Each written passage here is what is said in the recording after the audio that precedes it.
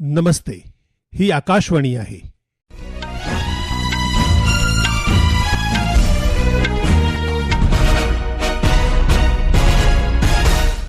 हाणे तव्हीं अनिल वंजाणी खां ॿुधंदा सिंधीअ में ख़बरूं। सभ खां अवल ख़ास ख़बरूं। लोकसभा ऐं राज्यसभा में अॼु राष्ट्रपतिअ जे भाषण ते धन्यवाद प्रस्ताव ते चर्चा जारी रहंदी। मरकज़ी सहकारिता मंत्री अॼु नई दिल्लीअ में भारत जे पहिरें सहकारी राइड हेलिंग मंच भारत टैक्सी जो आगाज़ कंदो। मणिपुर में राज्य विधानसभा जो 7हों इजलास अॼु शाम 4 बजे शुरू थींदो। परडेई मंत्री डॉक्टर एस जयशंकर दुर्लभ मैदनी शयुनि सां मुतलिक़ ललकारुनि ऐं अंतर्राष्ट्रीय सहयोग जे ज़रिए रसद सिलसिले खे जोखिम रहित करण जे अहमियत ते ज़ोर भरियो। ऐं महिला प्रीमियर क्रिकेट लीग जे फाइनल में अॼु दिल्ली कैपिटल्स जो मुक़ाबलो रॉयल चैलेंजर्स बेंगलुरु सां थींदो। हाणे ख़बरूं तफ़सीलवार ॿुधंदा। राज्यसभा में काल्ह राष्ट्रपतिअ जे भाषण ते धन्यवाद प्रस्ताव ते चर्चा ॿीहर शुरू थी। चर्चा में हिस्सो वठंदे मरकज़ी मंत्री ऐं ऐवान जे नेता जेपी नड्डा चयो त राष्ट्रपति जी तक़रीर भारत जी तरक़्याफ़्त अमृतकाल जी भावना ऐं नरेंद्र मोदी सरकार जे हासिलातुनि खे उजागर करे थो। श्री नड्डा चयो त भारत दुनिया जी सभ खां तेज़ीअ सां वधंदड़ मुख्य अर्थव्यवस्था बणिजी वई आहे। मरकज़ी मंत्रीअ चयो त भारत केतिरनि ई मुल्कनि सां गॾु मुक्त वापार समझौतनि खे आख़िरी रूप ॾिनो आहे, जंहिंसां मुल्क जे माण्हुनि जे लाइ केतिरा ई मौक़ा पैदा थींदा। लोकसभा में अॼु राष्ट्रपतिअ जे भाषण ते धन्यवाद सुझाव ते चर्चा थींदी। इन खां सवाइ लोकसभा में अॼु मरकज़ी बजट 2026-27 ते पिणु चर्चा जी फ़हरिस्त जारी थींदी। हिन दरमियान राज्यसभा जी अॼु जे कार्य फ़हरिस्त मुताबिक़ राष्ट्रपतिअ जे भाषण ते शुक्राना सुझाव ते अॻियां चर्चा थींदी। मरकज़ी सहकारिता मंत्री श्री अमित शाह अॼु नई दिल्लीअ में भारत जे पहिरें सहकारी राइड हेलिंग मंच भारत टैक्सी जो आगाज़ कंदो। इहो सहकारी खिते में मज़बूत करण ऐं मुल्क में शमूलियत नागरिक मरकोज़ हमदर्फ़त खे ओज ॾियण जी ॾिस में हिकु अहम क़दम आहे। सहकारिता महकमे चयो त इहो मंच सारथी चवाईंदड़ ड्राइवरनि जे स्वामित्व इंतज़ाम ऐं मुल्ह जे सर्जन खे मरकोज़ में रखंदा। भारत टैक्सी बिना कमीशन ऐं बिना के वाधू टैक्स जे मुल्ह मुक़ररु करण बिना मॉडल ते कमु कंदो, जंहिंमें ड्राइवरनि खे सिधो लाभ मिलंदो। हिकु रिपोर्ट। भारत टैक्सी का लॉन्च प्रधानमंत्री नरेंद्र मोदी के सहकार से समृद्धि विजन के अनुरूप किया जाएगा। भारत टैक्सी शून्य कमीशन और सर्ज फ्री प्राइसिंग मॉडल पर कार्य करता है, जिसमें लाभ का प्रत्यक्ष वितरण चालकों को किया जाता है। इसके साथ ही सारथियों की सामाजिक सुरक्षा को भी विशेष प्राथमिकता दी गई है, जिसमें स्वास्थ्य और दुर्घटना बीमा, सेवानिवृत्ति बचत और समर्पित ड्राइवर सहायता प्रणाली जैसी सुविधाएं शामिल हैं। वहीं महिलाओं की सुरक्षा और सशक्तिकरण को ध्यान में रखते हुए भारत टैक्सी ने सारथी दीदी और बाइक दीदी जैसी पहलों की भी शुरुआत की है, जिनमें अब तक 150 से अधिक महिला चालक प्लेटफॉर्म से जुड़ चुकी हैं। लॉन्च कार्यक्रम के दौरान भारत टैक्सी के सॉफ्ट लॉन्च से अब तक शीर्ष प्रदर्शन करने वाले सारथियों को भी कार्यक्रम के दौरान सम्मानित किया जाएगा। सौम्या शरण, आकाशवाणी समाचार, दिल्ली। गृह मंत्री अमित शाह 3 ॾींहनि जे दौरे ते अॼु जम्मू कश्मीर वेंदो। हू सलामती हालातुनि जो जाइज़ो वठंदो, विकास योजनाउनि जी नज़रसानी कंदो ऐं सियासी हितधारकनि सां गॾु बैठक कंदो। श्री शाह अॼु शाम 5 बजे जम्मू पहुचंदो ऐं राजनेताउनि सां मुलाक़ात कंदो। मणिपुर में राज्य विधानसभा जो 7हों इजलास अॼु शाम 4 बजे शुरू थींदो।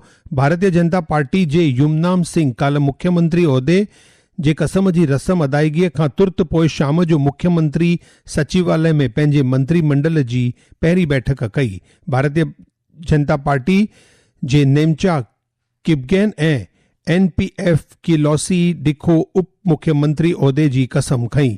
मणिपुर में राष्ट्रपति शासन हटायो वियो आहे। ही ख़बरूं तव्हीं आकाशवाणीअ तां ॿुधी रहिया आहियो। ही ख़बरूं तव्हीं असांजी YouTube channel AIR news Gujarat तां बि ॿुधी सघो था। वधीक ख़बरुनि जी तफ़सील लाइ तव्हीं असांजी वेबसाइट newsonair.gov.in खे फॉलो करे सघो था। राष्ट्रपति द्रौपदी मुर्मू ओडिशा में पंहिंजे घरू ज़िले मयूरभंज जे दौरे ते आहे। हू मोहतरमा अॼु शाम सिमिलीपाल वागन जे महफ़ूज़ पनाह गाह वेंदी। राज्य जे पंहिंजे 6 ॾींहनि जे दौरे जे 5 ॾींहुं हू अॼु सुबुह जो रायरंगपुर में श्री जगन्नाथ मंदिर में पूजा अर्चना बि कंदी। हिकु रिपोर्ट। राष्ट्रपति द्रौपदी मुर्मू के अपने गृह राज्य ओडिशा के 6 दिवसीय दौरे का 5वां दिन है। आज सुबह राष्ट्रपति मयूरभंज जिले के रायरंगपुर में श्री जगन्नाथ मंदिर में पूजा अर्चना करेगी और बाद में वो अपने गांव पहाड़पुर जाएगी। शाम को राष्ट्रपति मुर्मू सिमलीपाल टाइगर रिजर्व जाएगी और इसकी समृद्ध जैव विविधता का अनुभव करने के लिए नेशनल पार्क में रात भर रुकेगी। अपनी यात्रा के दौरान राष्ट्रपति टाइगर रिजर्व के अंदर रहने वाली आदिवासी महिलाओं और युवा समूहों से भी बातचीत करेगी। राष्ट्रपति कल उड़ीसा सरकार द्वारा आयोजित ब्लैक स्वान समिट इंडिया में शामिल होने के लिए भुवनेश्वर लौटेगी। प्रकाश दास, आकाशवाणी समाचार, भुवनेश्वर।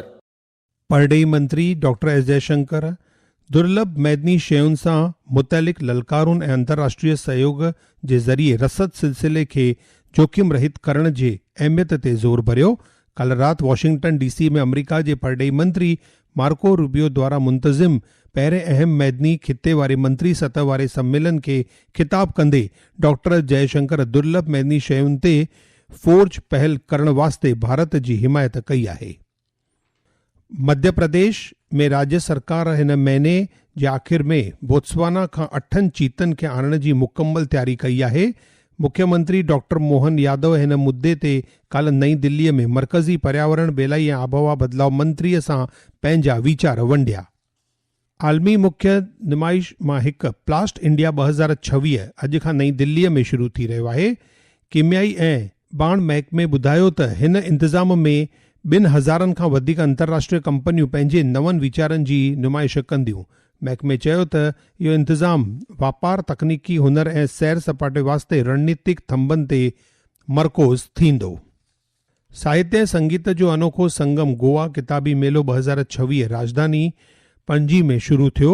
मुख्यमंत्री प्रमोद सावंत डीबी बंडोडकर ग्राउंड ते 5 ॾींहं हलंदड़ हिन मेले जो इफ़्तिताह कयो।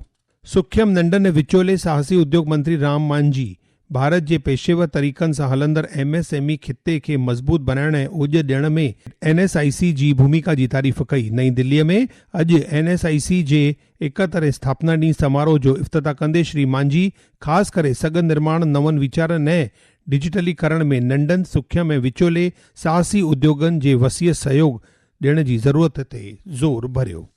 नेपाल में 5 मार्च ते थियण वारनि आम चूंडुनि ते सलामती मज़बूत करण जे लाइ मुल्क भर में हज़ारे फ़ौजियुनि जे तैनातीअ जी शुरूआति थी वई आहे।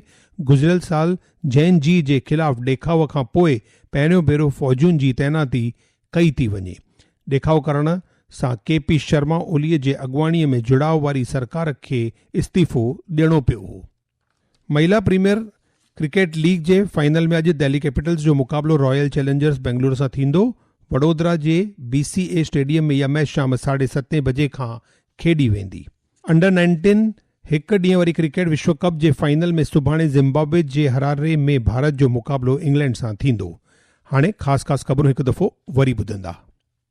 लोकसभा ऐं राज्यसभा में अॼु राष्ट्रपतिअ जे भाषण ते धन्यवाद प्रस्ताव ते चर्चा अॼु जारी रहंदी।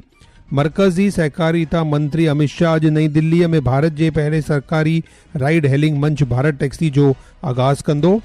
मणिपुर में राज्य विधानसभा जो 7हों इजलास अॼु शाम 4 बजे शुरू थींदो।